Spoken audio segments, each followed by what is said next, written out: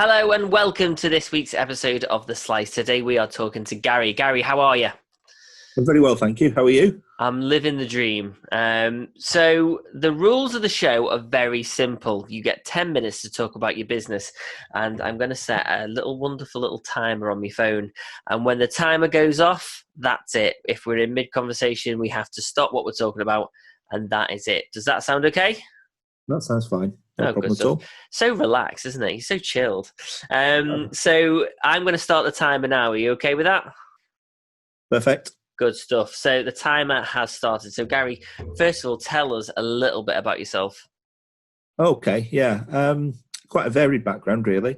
I spent 15 years in the legal profession, and in fact, over 15 years now. Yeah. I decided I wanted to do something different, and something that was more kind of in keeping with, I suppose, my values, and in keeping with my mental health as well. Yeah.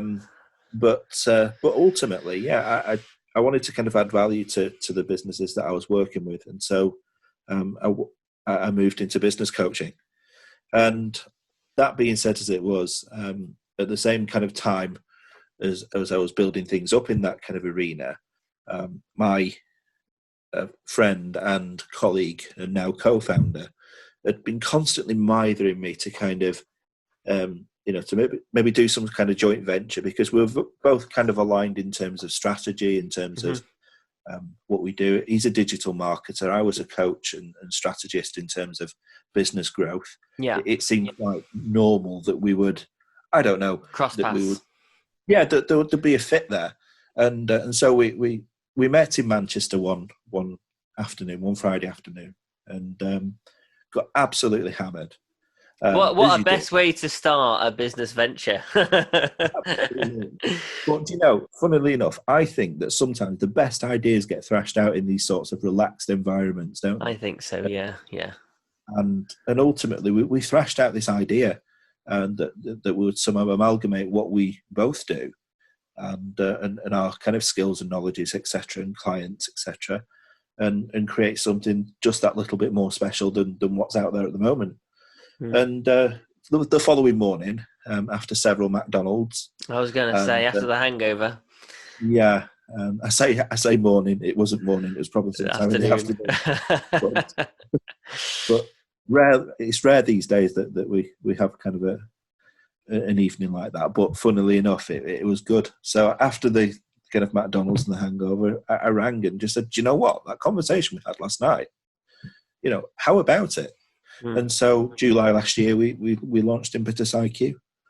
Right, and is this something that you've really enjoyed doing since that initial conversation? I love it.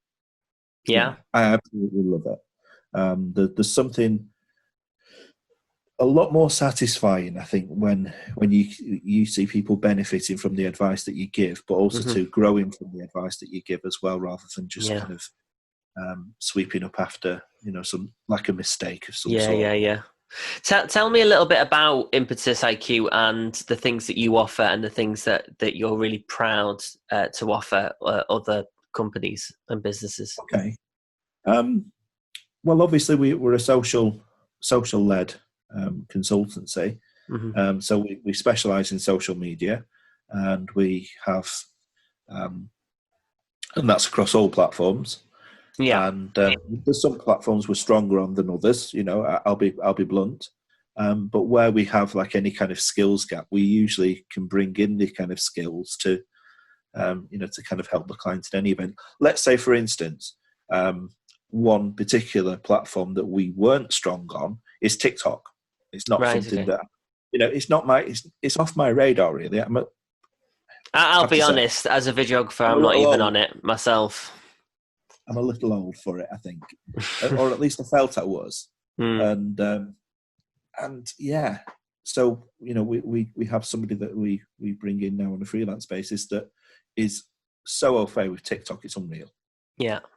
It's what benefits does TikTok have with businesses then?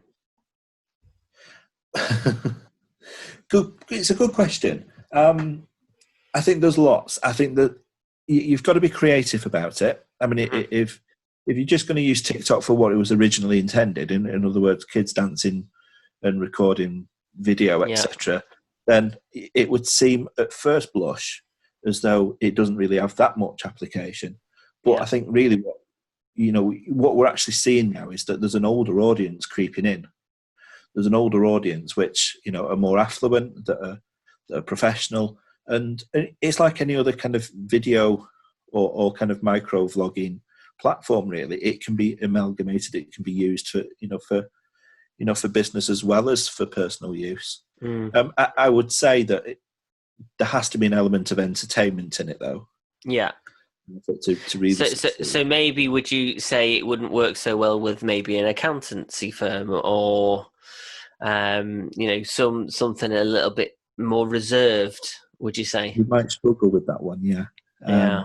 But then again, it's not impossible. Nothing's impossible. No, and I've always said that things, you just have to look at the way in which you do something. You can always apply things in different ways. It's interesting that you say that, because as a videographer, like I've just said, I'm not on TikTok myself, and I sometimes don't like following some of the big trends, but I can see the benefits when it's done right, how much engagement and awareness people can get of businesses implementing and using it on a weekly and a more consistent basis. I'd agree. I think another growth area too is obviously podcasting, which with your permission, I hope to kind of use this content as well. Go on then. Upload it to our podcast. Yeah, but that's another kind of growth area too that people kind of neglected, really, and there's a lot in it, in my view, that people could be exploiting if they did it right. And it's all about just awareness, isn't it? Really, it's about being in as many feeds on people's phones as possible. And this is why I'm always preaching about being consistent with video, because if you're consistently there, you're consistently in people's mind's eye. So the likes of TikTok and Snapchat and Instagram and Facebook, it is key for businesses to be on there and just have some sort of awareness, isn't it? I completely agree, and I'm sure there's a kind of there's bound to be a formula, really, in terms of what creates influence.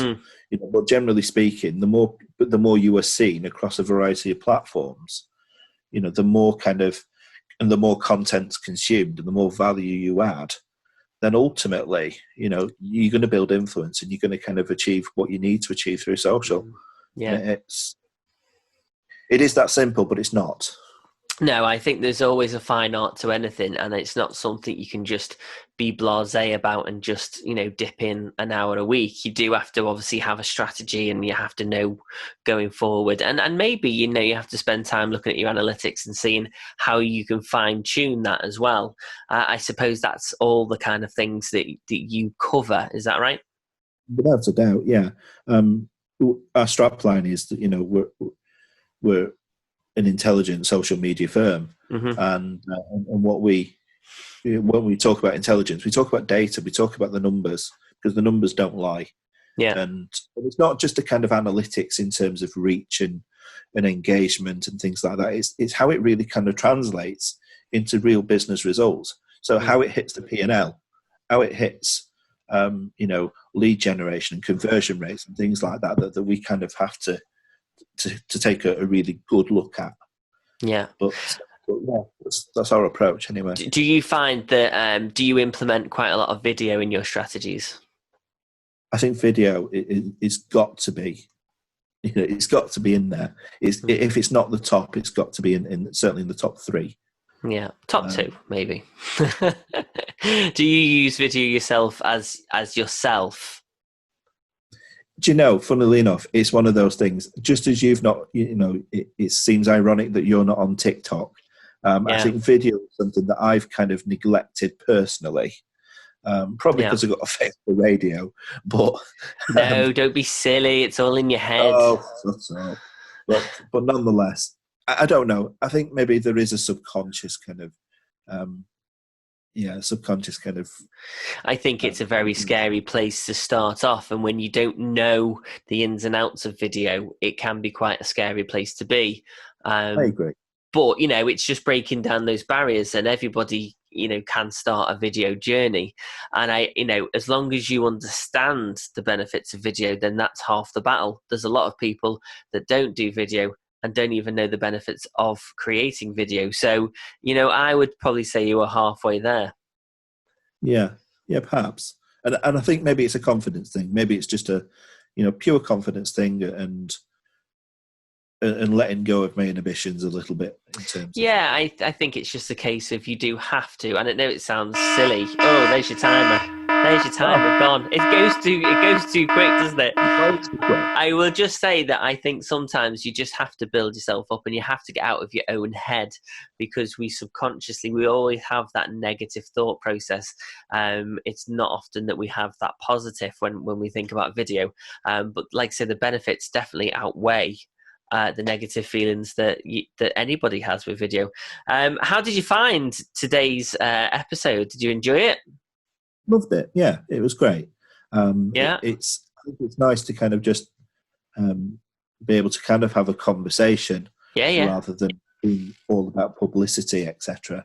Yeah, I mean, and that's the thing about the show. It's just a nice little chat with each other, and just find out a little bit more that people wouldn't have found out otherwise. So I really appreciate you coming on, and even I found little elements that I didn't know. I mean, we've known each other nearly 2 years now, and there's still things that I don't know. So it was a nice little insight into your business. So thank you very much for coming on today, Gary. Fine, absolutely.